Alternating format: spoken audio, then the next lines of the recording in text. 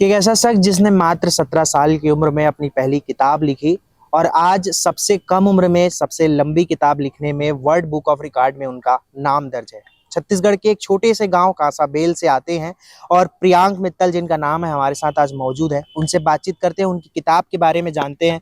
प्रियांक, बहुत बहुत स्वागत है आपका। थैंक यू सो मच भैया। अपने किताब के बारे में थोड़ा सा हमको बताइए। मेरा हमेशा से जब मैंने 17 साल की उम्र में किताब लिखी हौसलों की उड़ान, तो मेरा मकसद यही था कि एक 9 साल के बच्चे जैसे कोई भी किताब आप पढ़ोगे तो वो ना एक एज ग्रुप के लिए होती है। अब मान लीजिए आप मतलब सक्सेस का कोई लेना देना नहीं है 6 क्लास के बच्चे से। उसको क्या मतलब है सक्सेस, उसको पता ही नहीं होता कि सक्सेस होती क्या है, फेलियर क्या होता है। उसको तो भाई जो वो चीज़ें देखता है, जो मतलब अपनी आंखों से देखता है, जो सीखता है, वो उसी को मतलब अडॉप्ट करता है। सबका लाइफ में सबका कॉन्टेक्स्ट अलग अलग होता है ना। तो मेरा हमेशा से यही मोटिव था कि एक ऐसी बुक लिखी जाए, एक 9 साल के बच्चे को भी वो समझ में आए और उसके लाइफ में भी रिलेटेबल हो, और एक 65 साल की उम्र के जो बुजुर्ग है उनको भी वो समझ में आए और उनकी लाइफ से भी वो रिलेट कर पाए। बुक का मतलब सीधी सी बात है, कोई भी बुक हम पढ़ते हैं, अब पूरी बुक हम लोग की कभी काम नहीं आती, आ ही नहीं सकती। उसके एक दो कॉन्टेक्स्ट होते हैं, एक दो स्टोरीज होती है जिससे हम अपनी लाइफ को रिलेट करते हैं और जिससे हम अपनी लाइफ को सुधार सकते हैं। प्रियांक, कोई भी बुक लिखता है तो अपने जीवन के अनुभवों से लिखता है, लेकिन आप इतनी कम उम्र में आपने किताब लिखी, किसका अनुभव काम आया या कोई सिखाने वाले थे या कुछ ऐसी परिस्थितियां आपके बीच बनी? क्या है आपके पीछे का मोटिवेशन? जी बिल्कुल, परिस्थिति से तो हर इंसान सीखता है और परिस्थिति को देखता है, सीखता है, अपने जीवन में सुधार लाता है। वो तो हर हर हर किसी के जीवन में होता है। मैंने बहुत सारी बुक्स पढ़ी, बहुत लोगों के जीवन की जीवनी पढ़ी और हालात, परिस्थिति सबने मुझे सिखाया कहीं न कहीं।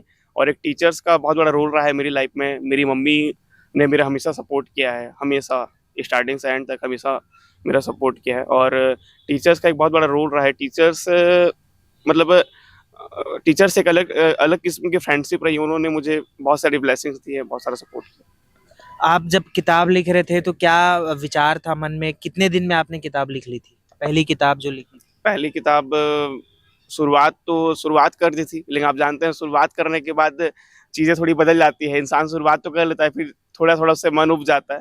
तो मैंने लगभग 1.5 साल का वक़्त लगा और कोरोना में इससे थोड़ा-सा गति दी। जी। आप अभी आपकी दूसरी किताब आने वाली, क्या नाम है उसका? परिवर्तन का सफ़र। परिवर्तन का। जी। क्या है उसके पीछे का कॉन्टेक्स्ट? हर किसी को लाइफ में आगे बढ़ना है तो चेंजेस की ज़रूरत होती है। मतलब एक रूटीन लाइफ इंसान जिएगा तो फिर सीधी-सी बात है, वो ग्रो नहीं कर पाएगा लाइफ में। अगर इंसान गलती करता है, इंसान मतलब अपने पास्ट एक्सपीरियंस से कुछ सीखता है, तो जब तक उस गलती को और मतलब जो एक्सपीरियंस उसने लिया है, उसे चेंजेस नहीं लाएगा अपनी लाइफ में, तो फिर वो ग्रो नहीं कर पाएगा, ये तो हम सब जानते हैं। तो उसमें मैंने चेंजेस की बात की है कि कैसे मतलब स्टार्टिंग से आप अपनी लाइफ में धीरे-धीरे छोटे-छोटे चेंजेस ला के एक सक्सेसफुल पर्सन या फिर अपनी लाइफ में ग्रो कर सकते हैं। अभी आपकी और किताब आ रही है, अभी शुरुआत की है आपने, सफ़र बहुत लंबा है। क्या है आगे आपका गोल साहित्य के क्षेत्र में या किताब के क्षेत्र में? कितना आगे आप अपने आप को देख पा रहे हैं? जी, गोल का तो ऐसा है, मैंने कभी नहीं सोचा था कि अ, एक जिला स्तरीय सम्मान से लेकर आज मेरा नाम वर्ल्ड बुक ऑफ रिकॉर्ड्स में दर्ज होगा।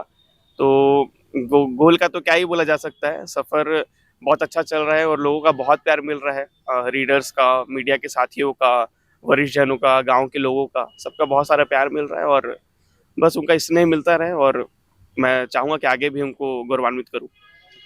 एक बड़े उपन्यासकार हैं नीलोत्पल मृणाल, जिनका डार्क हॉर्स किताब है, उपन्यास लिखते हैं, झारखंड के रहने वाले हैं।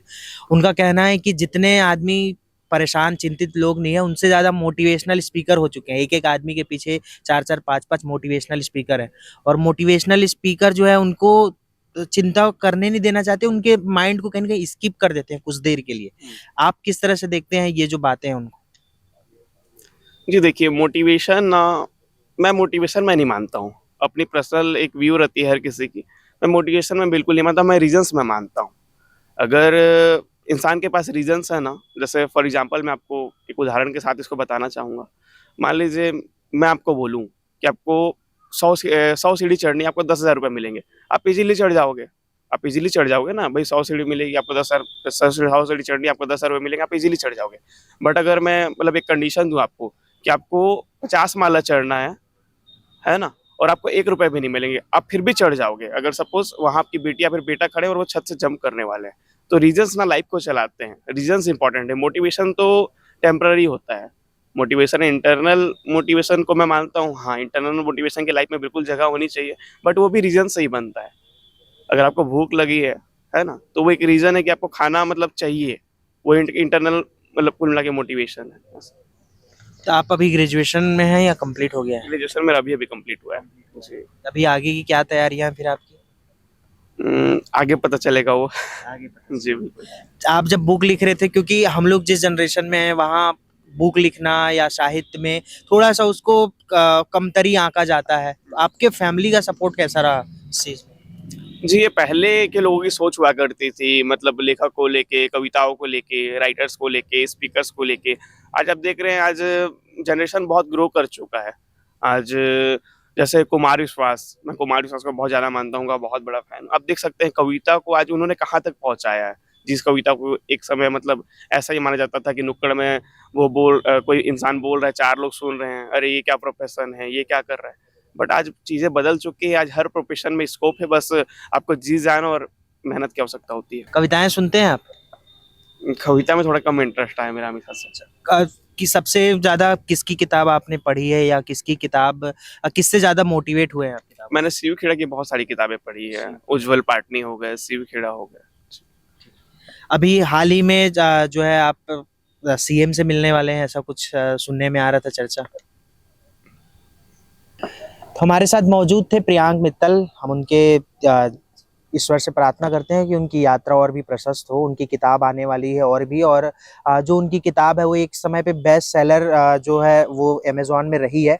और इसी तरह से जो युवा पीढ़ी है वो कहीं ना कहीं साहित्य की ओर और किताब की ओर फिर से एक बार आकर्षित हो रही है, और उस ओर उनका रुझान लगातार बढ़ता हुआ नजर आ रहा है। तो ये प्रियांक मित्तल थे। फिलहाल के लिए इतना ही। मेरे सहयोगी अभिषेक दास के साथ प्रियांशु कश्यप, वोकल टीवी रायपुर।